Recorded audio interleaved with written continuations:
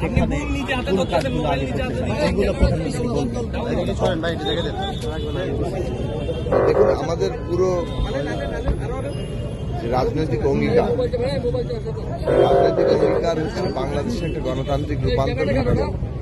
সেটা যেমন শাসনতান্ত্রিক দিক থেকে, ক্ষমতার ভারসাম্য এবং জবাবদিহির দিক থেকে, তেমনি একটা গণতান্ত্রিক অর্থনৈতিক ব্যবস্থা দেশের মধ্যে, সেখানে সুযোগের সমতা তৈরি হবে, আমাদের খেটে খাওয়া মানুষ তার ন্যায্য হিস্সা পাবে এবং দেশের শিক্ষা, স্বাস্থ্য, কর্মসংস্থানের মতো গুরুত্বপূর্ণ জায়গাগুলোতে আমরা সত্যিকার অর্থে পরিবর্তন আনতে পারি, যাতে করে বাংলাদেশের কাঙ্ক্ষিত জায়গায় আমরা পৌঁছাতে পারি।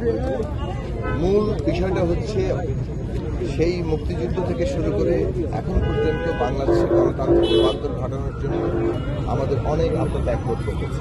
বিশেষ গত ফ্যাসিবাদ বিরোধী লড়াইয়ের সবশেষে জুলাই আগস্টের গণ অভ্যুত্থান, যে হাজারো শহীদ, তাদের যে আকাঙ্ক্ষা, যে হাজারো যোদ্ধারা যারা এখনো পঙ্গু হয়ে আছে, তাদের যে আকাঙ্ক্ষা, সারা দেশের মানুষের যে লড়াই, এই আকাঙ্ক্ষা পূরণ করাটাই কিন্তু এই সরকারের, এই সংসদের প্রধান দায় এবং সেই দায় নিয়ে আমরা রক্তের ঋণে আমরা আবদ্ধ।